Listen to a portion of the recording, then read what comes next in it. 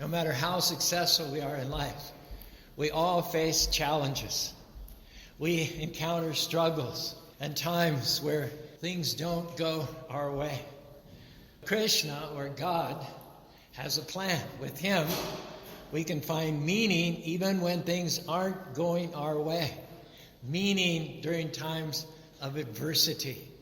Krishna consciousness means we recognize struggles are there to strengthen us instead of to weaken us. Krishna, or God, knows your life in all of its minute details from beginning to end. He knows where the dead ends are. He knows where the shortcuts are. He knows where the bumpy roads are that are going to cause you heartache and pain. Life, in fact, is full of things that we don't like. Adversities, disappointments. Maybe a friend betrays you. You didn't get the promotion although you deserved it. The door closed. We see things as being negative when they come against us.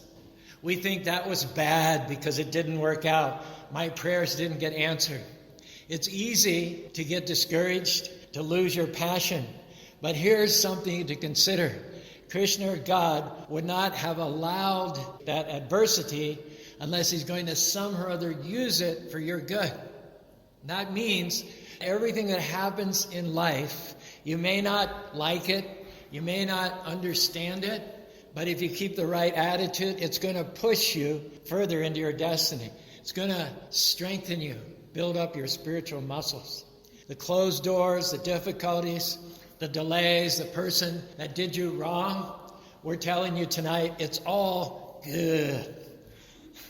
Krishna is saying, I'm in control, not the enemy. It may not feel good, but if you learn to trust me, I'm going to use it for your good. When you understand this principle, life gets a lot more user-friendly. It becomes a lot more freeing. Prabhupada, our guru, says in the purport to this verse in the 7th canto, in connection with Prahlad Maharaj, a young 5-year-old boy who had, obviously, you get the picture, he had a lot of things not going his way. He had a lot of adversity from the slide, right? Our guru says, one has to become an advanced devotee to understand how Krishna's direction is going on. Don't think that things are taking place automatically. Even in an adverse condition, a devotee does not see this is happening without the direction of Krishna.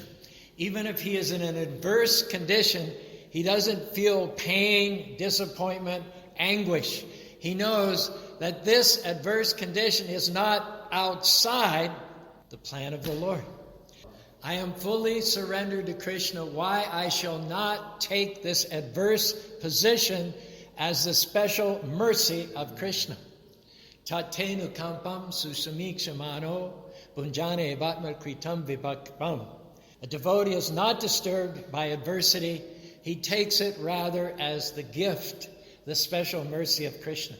It is said that anyone who takes adversities in this way is guaranteed to go back to home, back to Godhead at the end of this life. Guaranteed. That translates into meaning that you don't get upset when a coworker plays politics and leaves you out. You know it's all good. Krishna allowed it, so he's going to use it. You tried, and the business just didn't make it. You don't, at that point, throw in the towel, give up on your dreams, because you know it's all good. It's part of the process. Simple things like getting stuck in traffic. You don't get frustrated. You don't let it steal your joy and ruin your day, because you know that Krishna, God, is directing your steps. He may, by getting you stuck in this traffic jam, be keeping you from an accident should you be traveling at a normal speed somewhere else. He may be developing the quality of patience in you while you're stuck there. Whatever it is, keep the right perspective, knowing it's all, can you say it with me? Good. And it just boils down to one simple thing, trusting Krishna. You're not going to understand everything that happens. If you try to figure it all out, it's just going to lead to frustration. Know that Krishna, or God, can see the big panoramic picture for our lives. He closes doors that we had prayed to open because he knows in advance that it's going to be a waste of time. Instead of getting bitter when things don't work out, you're going to have a different reaction. You're going to say, Krishna, I trust you. I may not like it, but I believe that you know what's best for me. And here's something to consider. Some of the things that Krishna has in your future, if he gave them to you right now when you wanted them, you couldn't handle it. Maybe he just loves you too much to let it happen before you're ready to shoulder that promotion, that family, that burden, that relationship, that business, that responsibility. In the meantime, he's molding your character. He's growing you up. That boss who gets on your nerves, doesn't treat you right. You keep trying to pray him away. Well, the reason that he's not going away is because Krishna is using him like sandpaper to rub out the rough edges from you. Keep doing the right thing. Keep your mouth closed. Take the high road. Be respectful and let Krishna do a work in you. You couldn't develop your character without his help. You may not like it, but it's all good. Getting you ready for the next level. Krishna is asking, do you trust me with the closed doors? Do you trust me with your unanswered prayers? Do you trust me with the things that you don't understand? I've learned that Krishna, or God's ways, are better than our ways. Sometimes we're so set on having it our way that we lose faith in Krishna because he didn't follow our orders. He didn't do it like we told him to. Now, the right way to pray is as follows. Krishna, this is what I want. This is what I'm praying for. This is what I'm believing for. But Krishna, you're the supreme controller. You know what's best for me. I trust you, whatever happens. When you develop this trust, you let Krishna do it his way because you know it's all good. If the door opens, you thank him. If the door closes, you also thank him. Whatever happens, it's all good. Trusting Krishna is easy, I think you'll agree with me, when things are going our way, everything's falling into place, when we've been blessed. Then it's easy to chant Hare Krishna when we're in a comfortable temple surrounded by an affluent and friendly congregation. But it's quite another thing to trust Krishna when we find ourselves in a family that's in constant dysfunction and friction. It's not easy to continue to praise Krishna when we're numbered among the unemployed or the divorced or the sick or the physically crippled or the mentally handicapped. It's not easy to trust Krishna when our life is threatened by a terminal disease. It's not easy to praise Krishna when we're old, alone, in a rest home, forgotten by family and friends. It's not easy to praise Krishna, or God, when our waking life is more like a nightmare than it is like a dream. But can I tell you, there's so much overlap between adversity and blessings. It's impossible to see where the one ends and the other one starts. Blessings and adversities are mingled together into one harmonious pattern. Conclusion is clear. We are to praise God not only for our blessings, but for and in our adversities as well. Helen Keller writes in her autobiography, I am so thankful for my handicaps, for through them I found myself, my work, and my God. All things work together for good for those who keep the Lord first place in their lives. It doesn't say some things. It says all things. Right now, they may not be good. It may be painful to go through a loss. It hurts when people do us wrong. Discourages us when a dream doesn't work out. By itself, it may not be good, but Krishna promises he's going to use it and this and this and this and this and this, and bring it all together like a recipe. One day you'll look back, you'll say, that was good. That ingredient in the recipe might have been bitter at the time, like baking powder or baking soda, but in the end result, the final preparation was so good, so tasty. Charles Beard, the historian, says that one of the profound lessons of history can be summarized in the proverb, the bee fertilizes the flower that it robs. A friend told me about this couple. Every week, they would go to the hospital to encourage people. One day, the man had just parked his car and was walking across the street to the main entrance. A car came around the corner speeding, lost control, and hit the man, knocked him up on the hood, over the car, and into the pavement.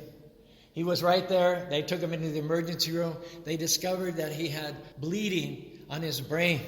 They took a full body scan to see if anything else was injured. They were looking for broken bones or any sort of other internal bleeding. None of that was a problem. Then they noticed a tumor on his kidney. And when they did a biopsy, they found that it was cancerous. A few days later, after the bleeding on his brain had stopped, they gave him surgery to remove the kidney. Everything went fine. Today, he's cancer-free. The doctor told him that had they not found that tumor, there was a good chance that it would have spread to other parts of his body and it would have killed him. What started out as a horrible car accident turned out to be life-saving.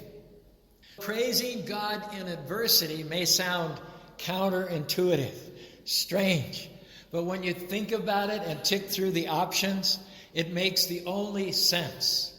What are the alternatives? One, we could be indifferent, stoic, and ignore adversity, but it would still be there. That doesn't make it go away. It would still plague us. We could become angry and resent adversity, but that would just boomerang back on us and cause us ulcers and heart attacks.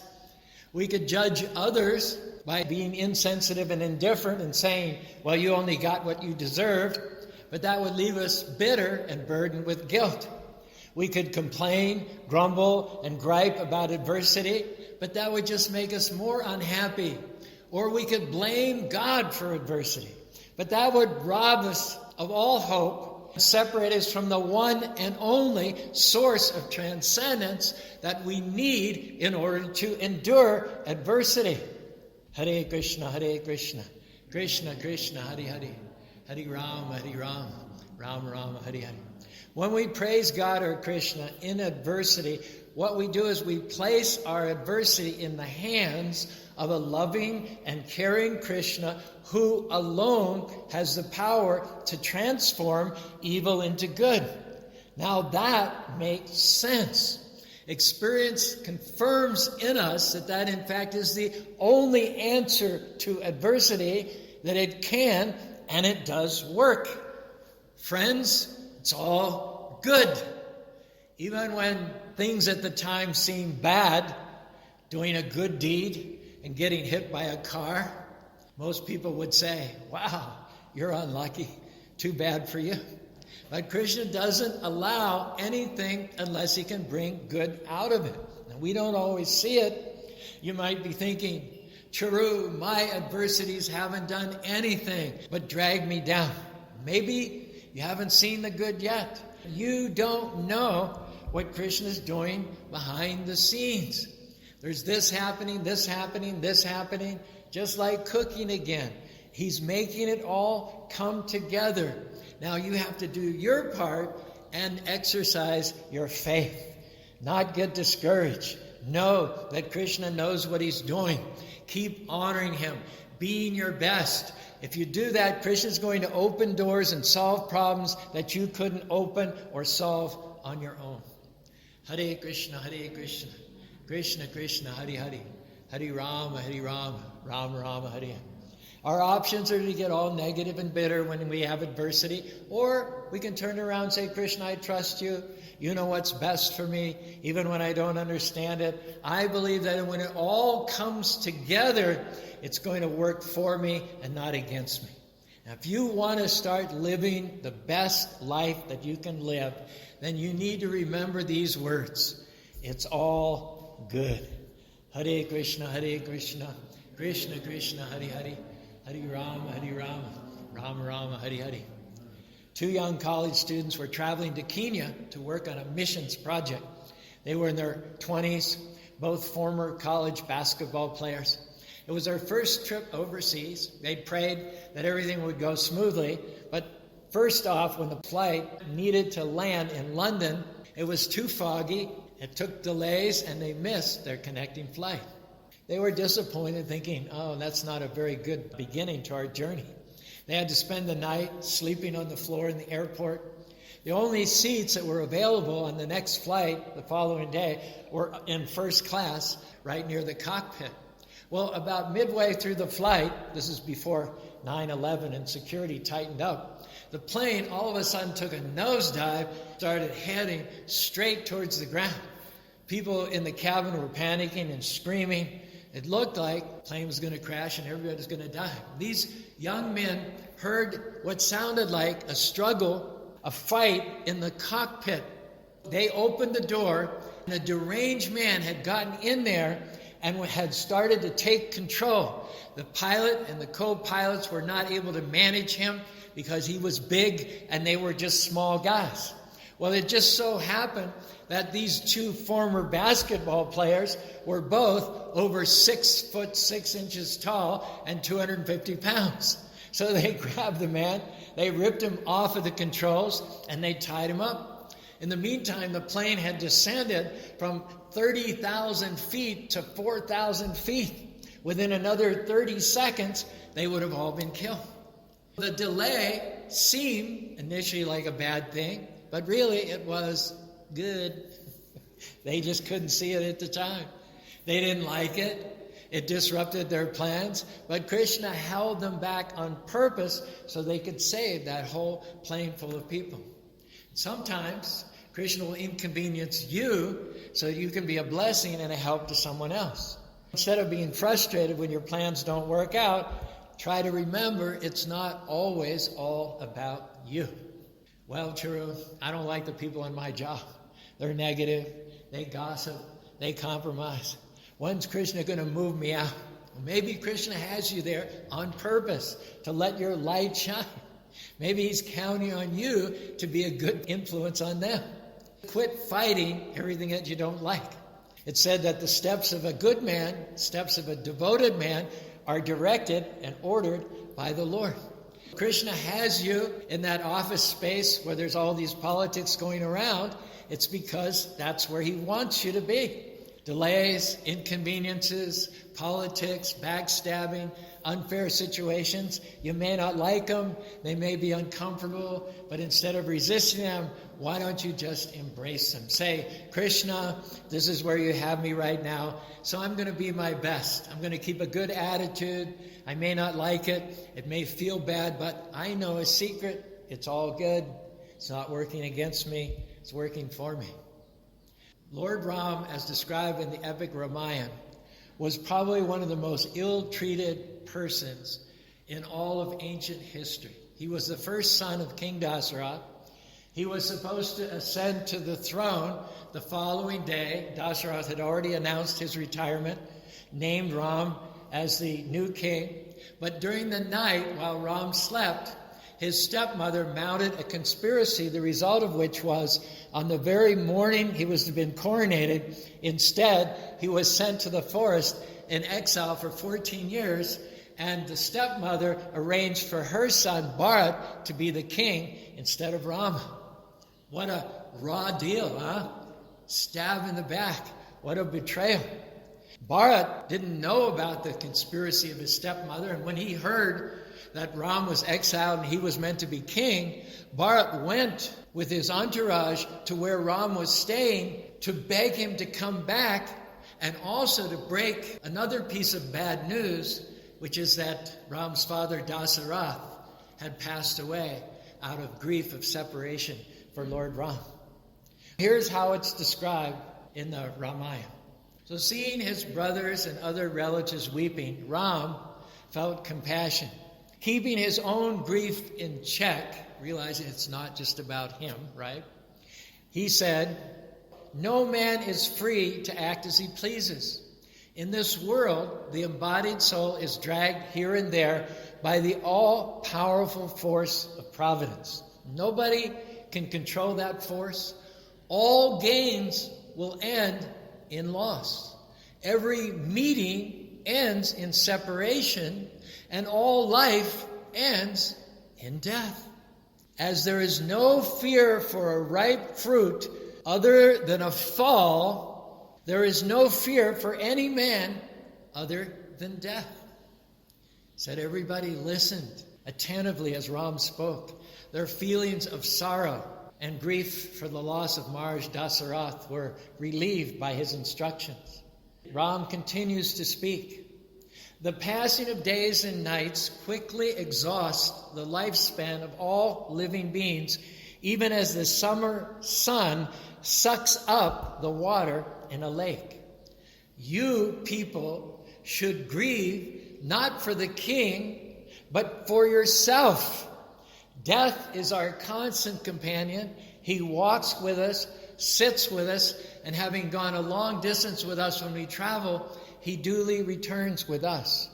We do the Ramayan every September. We've done it for 40 years. It's a 1-hour version of the Ramayan.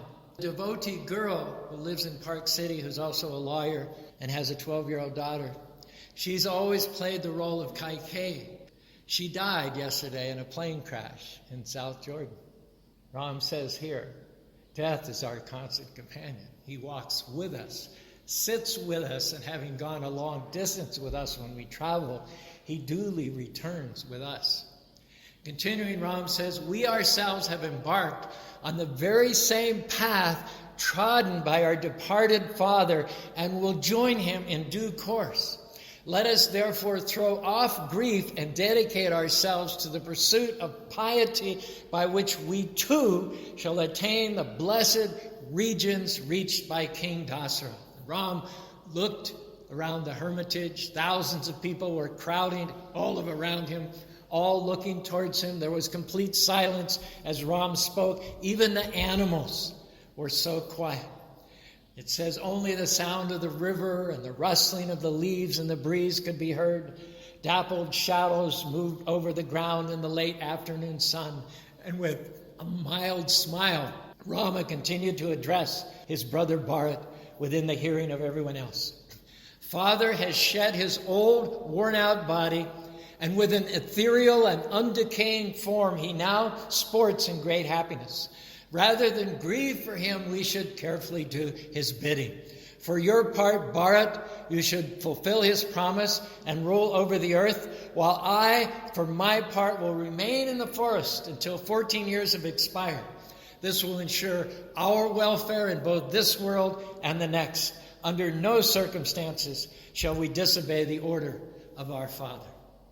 When Ram stopped speaking, his brother Bharat grasped his feet and said, "Your position is glorious, O mighty Ram. You are never dejected in adversity nor exhilarated at finding joy.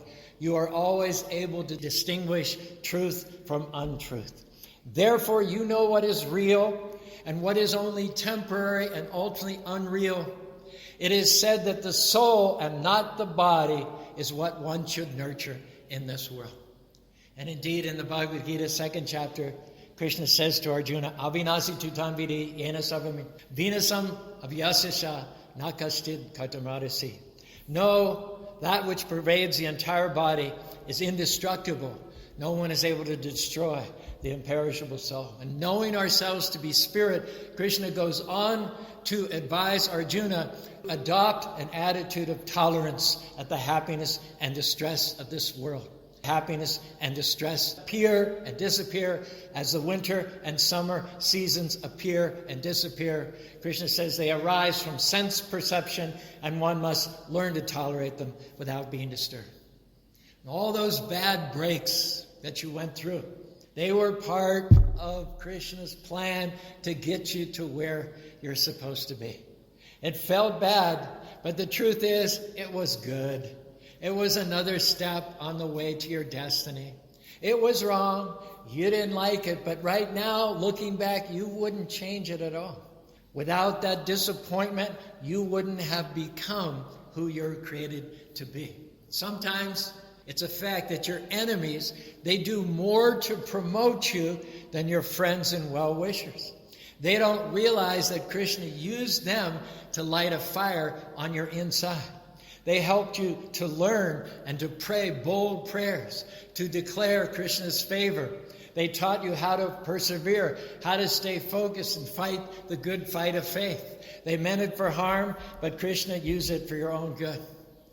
I remember when I was president in San Francisco, I organized the Chariot Festival in Golden Gate Park for 3 years, and we used to have a bagpipe band leading the kirtan and leading the Jagannath chariot. We just hired them. So one day, as we were getting ready to start the parade, I heard one of the kilted bagpipers say to another, "I don't mind playing for the lunatic fringe. Their money's just as green as anybody else's."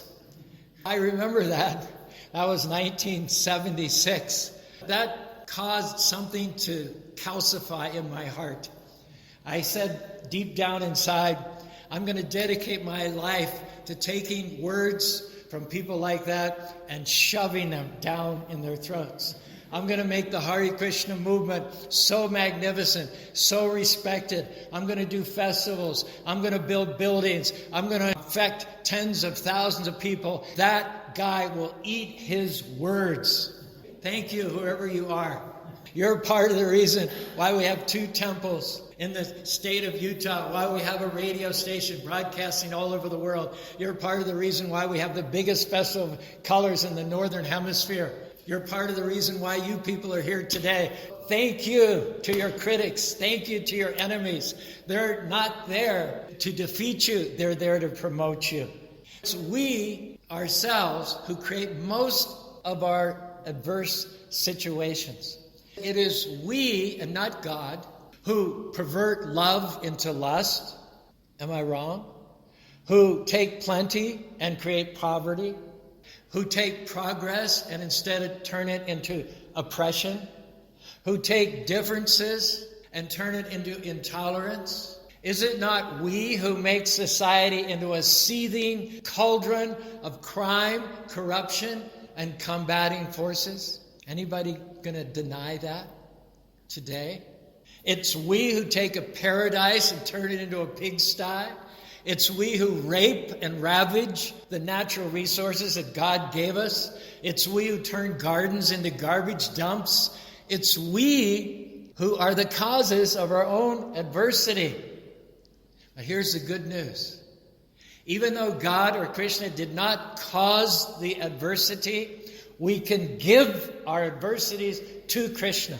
We can place all the problems that we've created for ourselves and for the world into the hands of a recreating, renewing, and redeeming Krishna. That's why we praise Krishna in adversity. Because in doing so, we present to Krishna our adversities that he may transform them into good.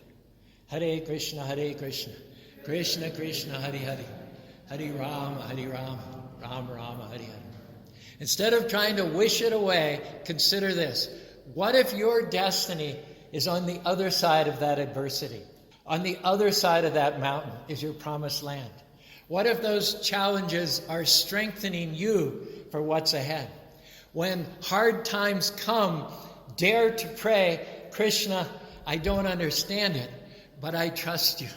It doesn't make sense right now, but I know that you'll bring it all together where I will be saying it's all good. And we have to start seeing our challenges through the right lenses. Having the right outlook is the key to finding strength in adversity. We all face times that don't make sense. A dream dies, a relationship ends, we come down in the pandemic. Nothing about the situation seems good. Good would be the last word we'd use to describe the situation. If we were to describe it, we would call it tragic. People all over the world are facing big challenges. For many people, it's not an easy thing to trust that God can turn it around for good.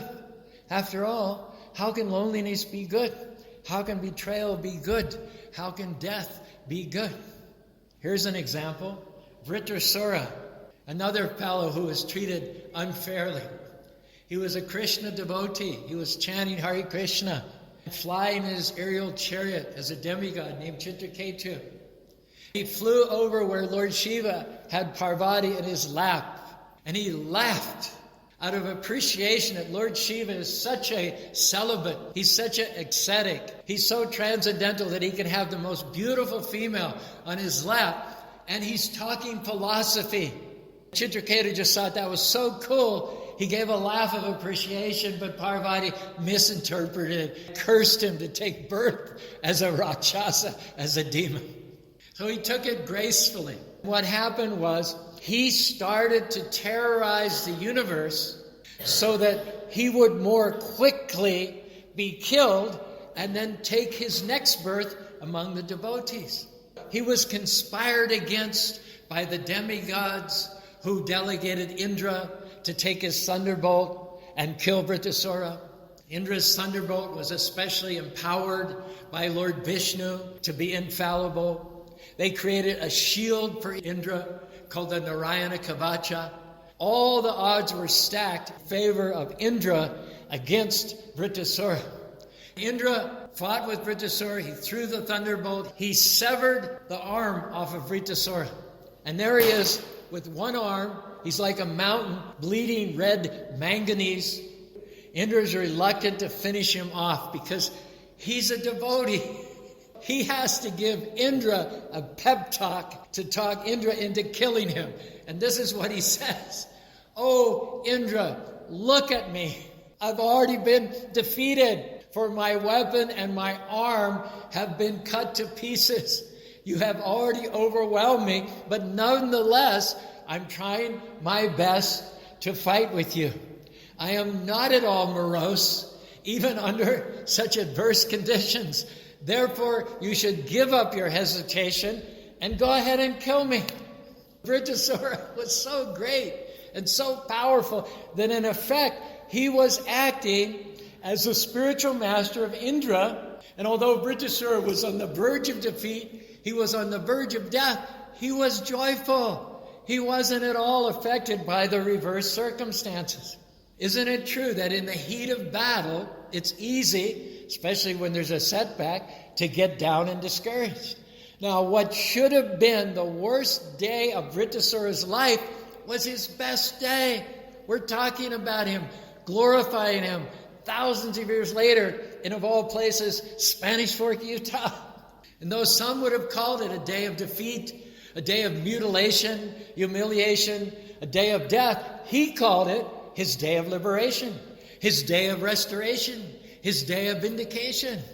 Hare Krishna, Krishna Krishna, Hare Hare, Hare Rama, Rama Rama, Hare Hare. What am I saying? It's all good. It may not be good right now. It may not make sense on its own. But Krishna knows how to bring it all together. What you think is going to stop you, set you back, cause you heartache, can I tell you that if you dig in your heels and stay in faith, one day you'll look back and say, that was good. You may not be able to see it right now, but one day you will. When Krishna vindicates you, when he heals you, when he promotes you and restores you, when he prepares a table for you in the presence of your enemies, when he pays you back double for that difficulty, that's what turns defeat into victory. We're asking you to trust him. It may be a dark day in your life. There's no reason that you can think of to call it good, but don't worry. Light is coming. Krishna is still on the throne. Maybe you're dealing with an illness or struggling in a relationship. You have people coming against you. Feels dark, lonely, discouraging. You don't see how it could ever work out. But the practice of praising Krishna in adversity as well as in times of blessing can be summarized in one memorable sentence. Quote, if you are dismayed with a problem that never seems to end, be encouraged by a strength that never fails. Fact is that Krishna or God is the only strength for us that will never fail. Krishna or God and God or Krishna alone can give us the tools, the power to accomplish any task.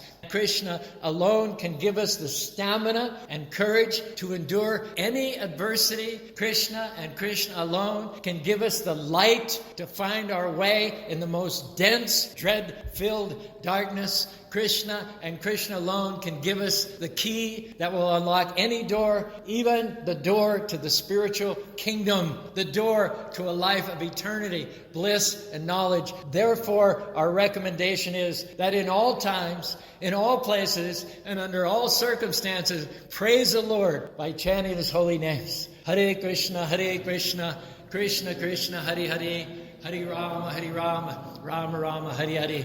Thereby stay in faith. New beginnings are on the way. A restoration is in your future. Krishna would not have allowed the adversity if he wasn't going to use it to move you forward. Everything that was meant to stop you, Krishna is going to use it to push you forward. He's bringing it all together right now. The critics, the enemies, the setbacks are all combining together to take you further, faster than you could have ever imagined in this life and in the next life, back to home, back to Godhead. Hare Krishna, Krishna Krishna, Hare Hare, Hare Rama, Rama Rama, Hare Hare.